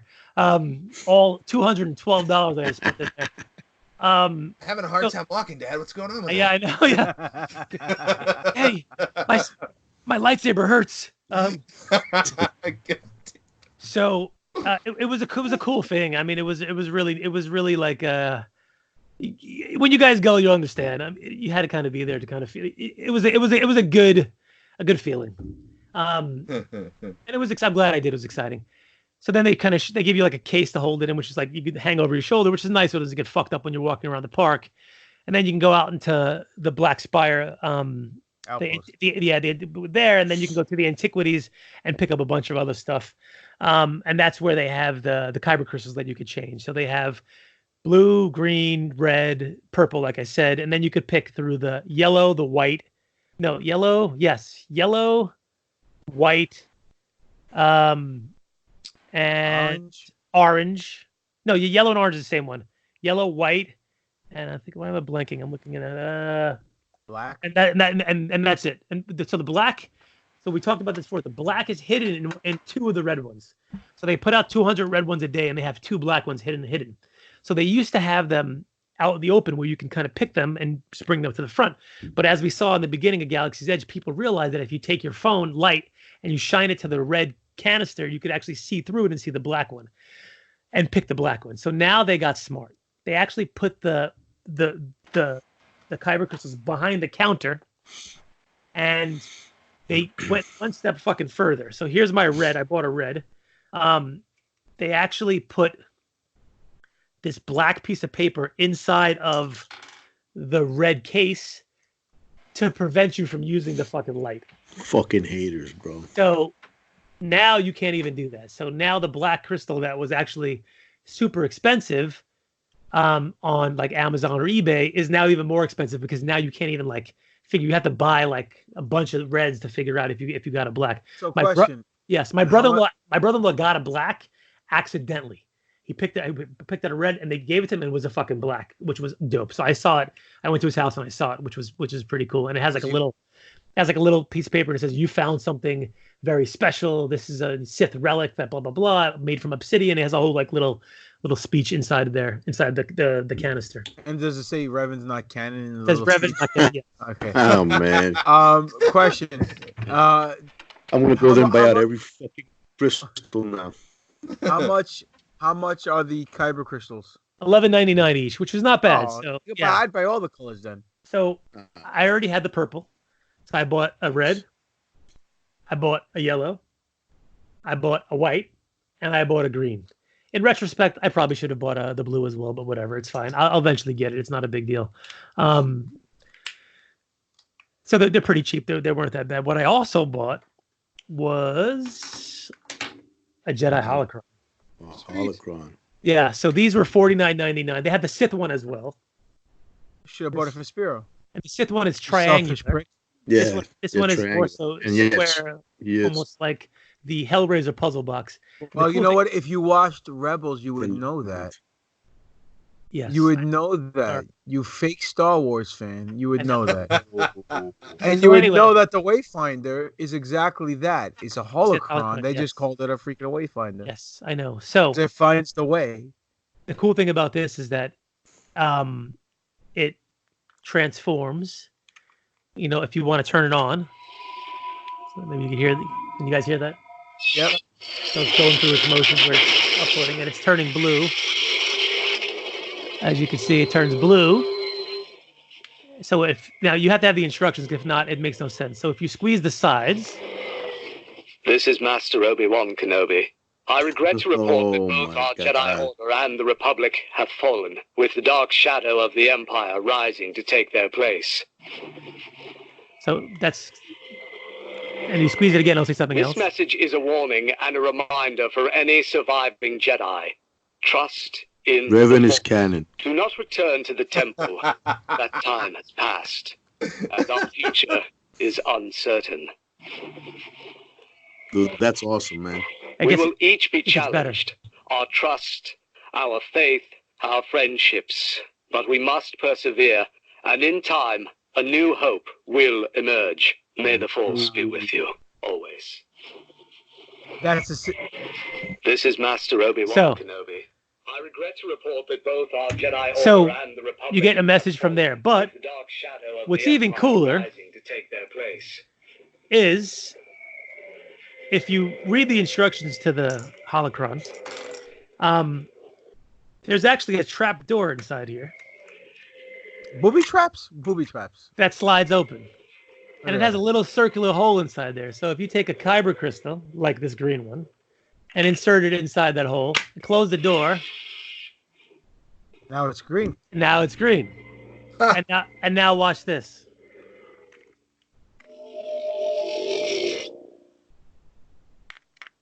Does just- it work? Just shut down on me. Hold on.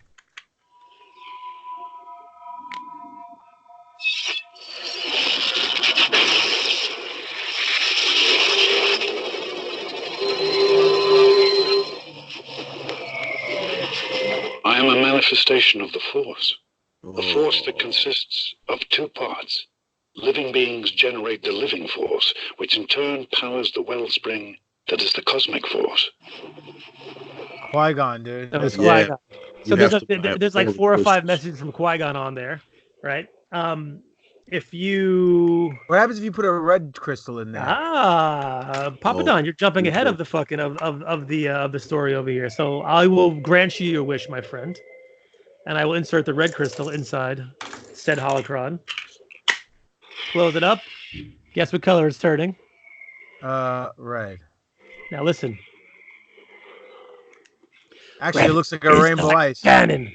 Always two there are. No more, no less. A master and an apprentice. So you get Master Yoda's messages about the dark side and how Everywhere. Anger, fear, aggression. The dark side are they. Once you start down the dark path, forever. will it dominate your destiny? I love that when he gets all fucking. Anyway, so Yoda has a bunch of dark side messages. Oh, The man. red one. Shall I continue? Oh. Shall I continue? You put the white one, you're probably gonna get Ahsoka, correct? So here we go. You put in the yellow one. All right. He's saving that one for Steal last. my fucking thunder. All right. I guess kind of. Motherfucker. Why is it green if you put a yellow in there? I see your eyes. Maz You Kanata. already know the truth. The belonging you seek is not behind you. It is ahead. So you get some Maz, whatever. She goes on about the Jedi. No, I'm not a Jedi. Blah blah blah blah blah. Suck a cock. Whatever the fuck she says. I don't know. You So- put the white one in, right? Here we go. it turns a little pale or blue. And When I was young, I was reckless. Being a fugitive taught me patience. I learned to watch, to wait, and to trust the Force. you get Ahsoka. The crystal is the heart of the lightsaber, and the lightsaber, an extension of your will. A Jedi's life is dangerous, and the lightsaber, often the difference between life and death. So I think it's a pretty cool concept. So what happens if you get the Sith? Okay, so that's a great question. So I know, I said it. Like I told you, my brother-in-law, who lives in California, he accidentally found a black kyber crystal. And we were talking when we were in there because he and I didn't realize that you could actually put the crystals inside. We couldn't figure out how to do it until I read the instructions. We met at Galaxy's Edge on Saturday. Sunday, we were going to his house to see the kids. And I said, I'm going to bring my holocron over so we could have a play date. He goes, I want to see what the black crystal does. And the rest of them bring over all the crystals. So I brought over the kyber crystals. And while the kids were playing with the wives, we sat on the couch and we inserted all the crystals and listened to everything. And of course, we saved the black one for last. So we put the black one in. And it's just Master Yoda again, still saying the same thing about the dark. So there was really no difference. I thought it would be something cool. But my guess is that when you insert these into the Sith holocron, you'll get different messages. And I'm sure when you insert the black one into the Sith holocron, something special is going to happen. That's just my guess. I know exactly what happens. I saw it on YouTube. I'm going to mute this shit right now, man. What do you mean? It says, Revan is not canon. Oh, shit, man. So, man. In the antiquities, they have all the legacy sabers. They were sold out of Mace. Built them, right? You can't build a legacy saber, and you can't change the colors either as well. Oh, by the way, you could change the color of your built saber by changing the crystal. We'll see that in a second. But in the legacy sabers, you cannot change it. So, they also $200 each. They're a little cheaper. They're like, it depends on the saber. Like the Kylo one is more expensive. They're about $139, somewhere around there a piece. And is it just the hilt, or is the hilt with the blade? The hilt, you got to buy the blade separately for like $50. They have a short blade that's like 30 inches, and a long one that's like 36 inches or something. So you could choose the size that you want. Stop salivating. You were salivating when you said the long one for 36 inches. Going crazy. So, which I thought was interesting. They had Ben Solo's lightsaber, which I sent you guys on Instagram the photos of it. It looks like very similar to Kylo Ren's lightsaber without the cross guard. Yeah, the cross guard on it. I was thought about buying that one. I was decided not to. Do they have Leia's saber from 9? They did not have Leia's saber. They had the reforged Skywalker saber, which is the Rey saber from the new movie with the leather Band-Aid around it. Did they have the original one? They did not. They have Mace, which was sold out for the day. They had the Temple Jedi Temple Guard, which is yellow, which my brother-in-law bought, which is actually cool. They had Qui-Gon, Obi-Wan, like the basic ones. They had Darth Maul, but half of Darth Maul's, not the double-bladed. And they had one that I was like, ooh, that's interesting. I think I'm going to have to purchase that one. Is that Palpatine? It was not Palpatine. They did not have Palpatine. They had... That's a sexy saber, man. That is a sexy saber. But I got, which I think is probably the second sexiest saber in the I know which one you're talking about. Which one am I talking about? Count Dooku. So, I would have bought Count Dooku if they had it. Or the, what's her name? But I went for the second best when it comes to dark side welders. I don't want to do this now, but we'll briefly. Oh no, that's it. We're going right into Tatooine. We're already running along, so go. No intro. Go. There we go. Oh my God. Saj Ventrice's lightsaber, which I've never actually seen. So exactly. It's very awesome. So the case it comes with is like this plastic case. It's got like a Oh, I gotta turn my phone on. We're doing Tatooine. I'm not uploading for YouTube right now. Last week he was lying. This week, all right. Here's the intro. Ready? Come on, Spiro. Let's sing it. Time for Tatooine. Oh, that's right. Tatooine. Tatooine. Wait, okay, so today we're doing Asajj Ventress's lightsaber. It's a beautiful thing. So first let's talk about the case. It comes in this case right here. It's got looks like a Empire / I don't know what kind of logo this is. Maybe Darkseid used the logo. You open it up, it's got like this little warning message for all from China. It's got this cloth inside here, which when you pull it out is actually just plastic sitting at the bottom, which is kind of whatever. It's got an extra piece inside there, which I really don't know what it's for. I got to kind of fuck around with it a little bit to kind of see, but it's got this other chunky piece that probably connects somewhere on the saber, I'm assuming. So you can connect her blades. Oh, maybe if you buy a second one, you can connect the two of them together. You are probably right, Papa Don. I am right. I'm always right. I think Tell you're my wife correct. that. I think you're correct, my friend. I think this is to connect the two of them together. I only bought one. I didn't buy two. I should have bought two. Yeah, you cheapskate. She is a double welder. So that's the box.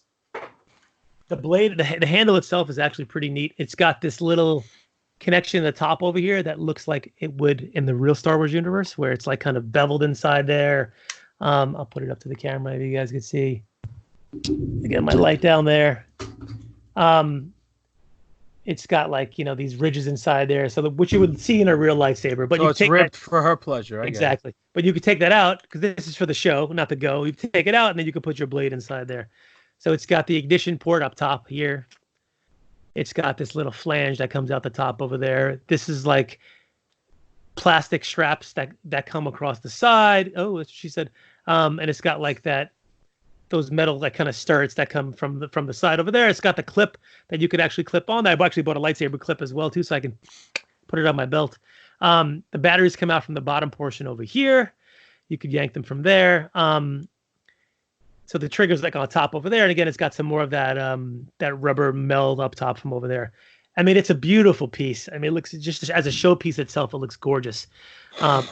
You cannot open these up I guess you can, but I don't think there's a way to change the color in these as like the ones you build. It's just going to be the one color only, and that's why I didn't buy the Ben Solo one because it was blue, and I'm not a big fan of blue lights. So let me get some blade action over here. Hey, Doc. So again, you can. Hey, Doc, is it metal or is it plastic or something? It's 100% metal. It's pretty heavy. Metal. And also the ones you make are like 10 fucking pounds. They're super fucking heavy, the ones you make. Like initially, like the piece that in the middle piece that you connected to was plastic. And I'm like, oh, this feels really rinky dink. But the second you start adding the other pieces that are all metal, the fucking thing's got heft to it. I mean, it's legitimately heavy. Nice. This one is lighter than the one you can make, but it's definitely still pretty heavy. I mean, I have a bunch of the Black Series FX sabers. These are definitely better than those. I mean, Disney really went all out, and they really did a good job of building the sabers and making them hefty and making them weighty and making them look as screen accurate as possible. So this is this is the longer blade that I purchased. It's pretty long. It's got specific connections here, unlike the different connections in the FX sabers as well. So how do those compare to are you talking about the Master Replica ones? Yeah, the Master Replica ones. I think these are better. Okay, because I have the Darth Vader Master Replica. Yeah. So I've got like 6 of them or so. I have like a bunch. I love those. Those are great. These sabers are definitely. That was a Dick showing contest right there. Spur, you saw that. Thanks. That was. That's why I laughed. I know. Those are great. These are better. So cool. You insert it in there. It makes a little sound. I'll pull it out again. When the blade goes in. Ready? Listen. It gives like a little kink, and then you twist the blade, and it's ready to go. So if I ignite it, comes up. Turn the lights off. That's what she said. Ah, there we go. Oh, there we go. Nice and red. Question. Papa Don, I am your father. Question. You're just saying that because I look Puerto Rican. Anyhow. Can you hang those on your wall? Do they come with mounts so you can like put on your wall to hang on your wall? So no. There's no mounts to put it on the wall, but from the portion of the saber where it's it has like the belt grip, you could jury rig something, just kind of hang it on the wall from there. I also saw somebody who has a bunch of these You ever go to IKEA and they have those wine racks, those metal wine racks where you can like attach to the wall and then just slide a bottle of wine in there? Basically, it's just like sheet metal that has like a space in it that you could put a bottle of wine. He bought like 10 of those and he has all his sabers in that wine rack, which is actually really great. Sweet. It looks really good. I'll send you the pics of that. It was somebody on Instagram who actually had it. It looks pretty cool.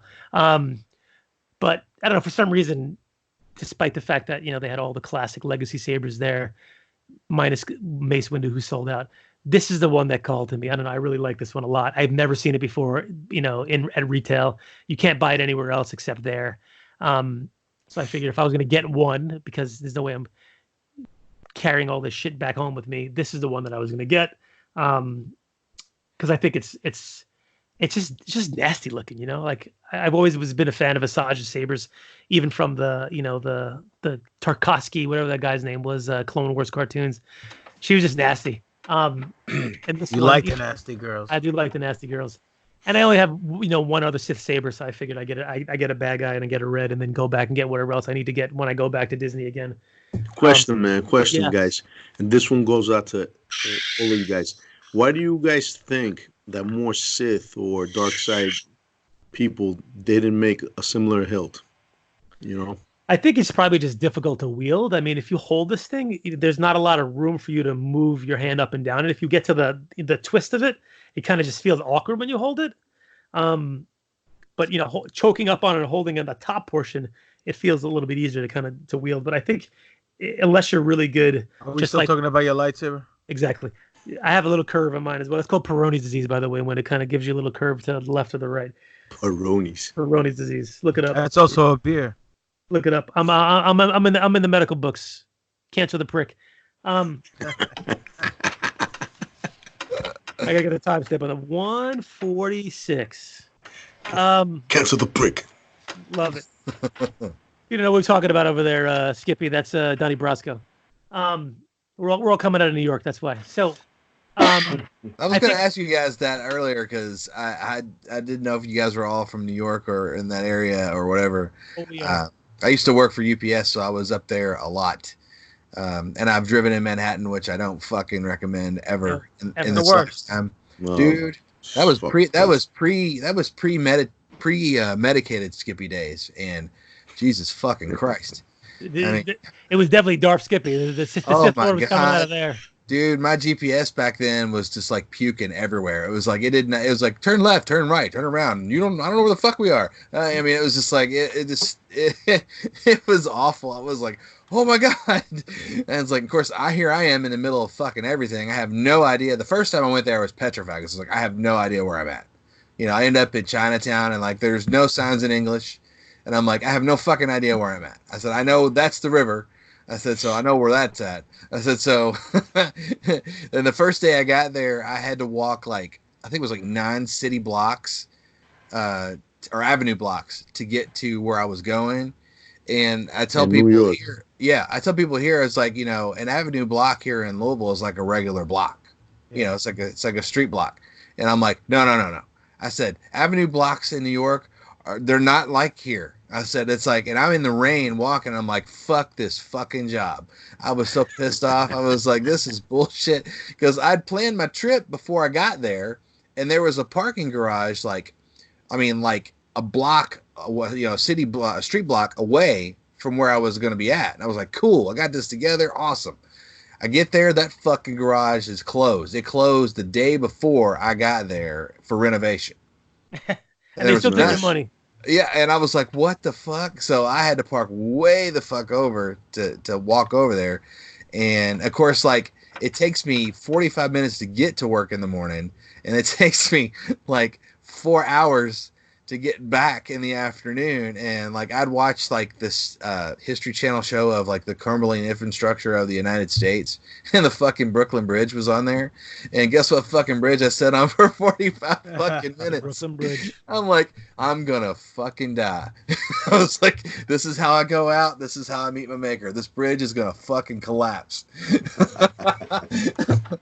It's still standing. If you want to buy it, I can sell it to you. Skippy, thank you for coming on to the show. Oh, hell yeah, man. I hope you had a good time. Oh, yeah, man. The fans had a good time.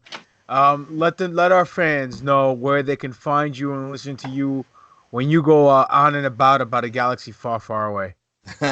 Well, if you can find me anything that I do pretty much at darthskippy.com.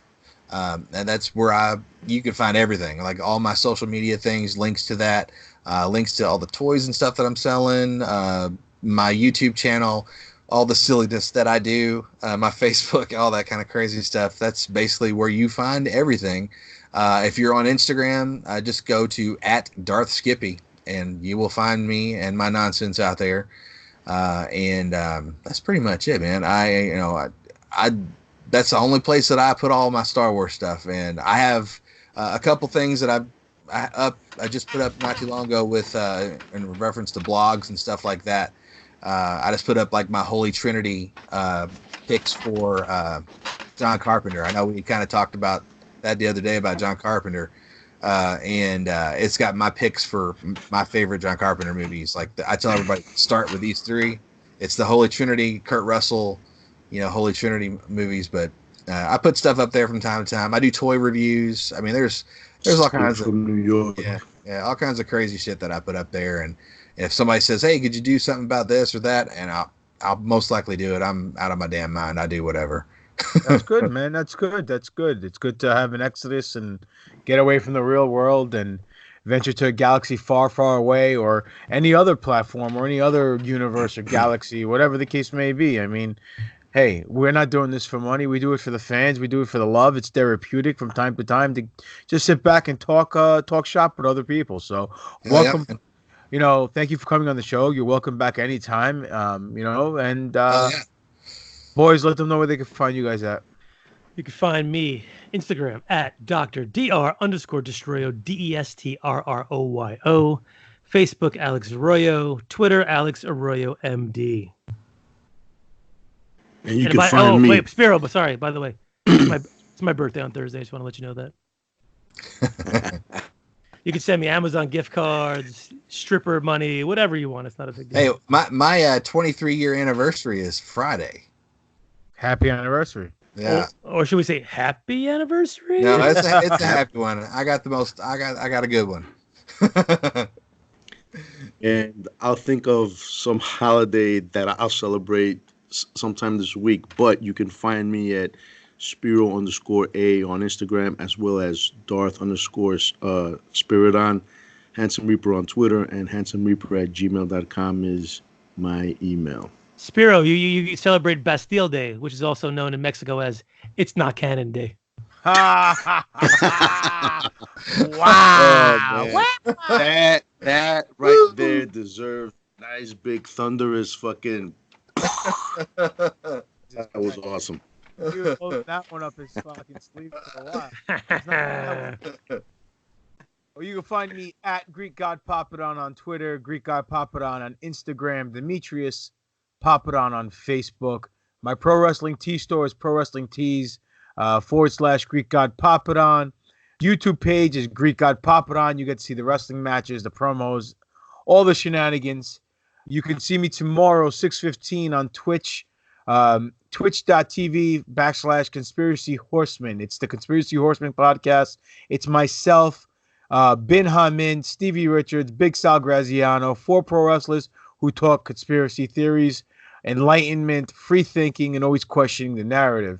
You can catch me. What's today's date? February 15th. I believe I'm in Immortal. February. That's somewhere upstate New York. Immortal Championship Wrestling. 28th. You can catch me at Queens Boulevard. We're doing a fundraiser. Doc, what was the name of the charity we were doing the fundraiser for? Leo Meyer Sarcoma, February 28th. At the Queens Elks Lodge. Where I'll be defending my Alpha Championship Wrestling Heavyweight Championship against the Man of Steel, Mike Verna. So maybe the NFL might do an appearance that night as well. We'll see. But regardless of that, we thank you for your time. We thank you for your ears. Oh, one special note. Side note here, guys. A close personal friend of mine passed away. Today was his funeral. The guy's name was John Mayer. He was known as Crusher Dugan at the New York Wrestling Connection. He was trained by Dean and Boris Malenko. Great individual, both in the ring and outside the ring. He trained a lot of individuals in the wrestling business. now he's one with the Force. And he was always a good guy, and I love the guy to death. And I just want to say thank you, John, for everything. And even though you weren't a big Star Wars guy, I just wanted to throw that out there. I love you, my brother, and Godspeed. So, ladies and gentlemen, thank you for giving us your ears and your time here at the NFO, the New Force Order. We always tell you guys we do not get over on Star Wars. We get Star Wars more over with you. So this has been an exciting, action-packed, Skippy-packed, if you will, edition of the new Force Order. For life. And Spiro blew his line. Henceforth, execute order. Henceforth, you will be known as non-canon. Whoa! Oh shit! Under the Skippy wire. shoves Yo, the yo. mic, steals the thunder, and that's how we're Yo, going out, he- folks. Adios, non-canon That- Revan Ego. That is a dark lord right there, baby.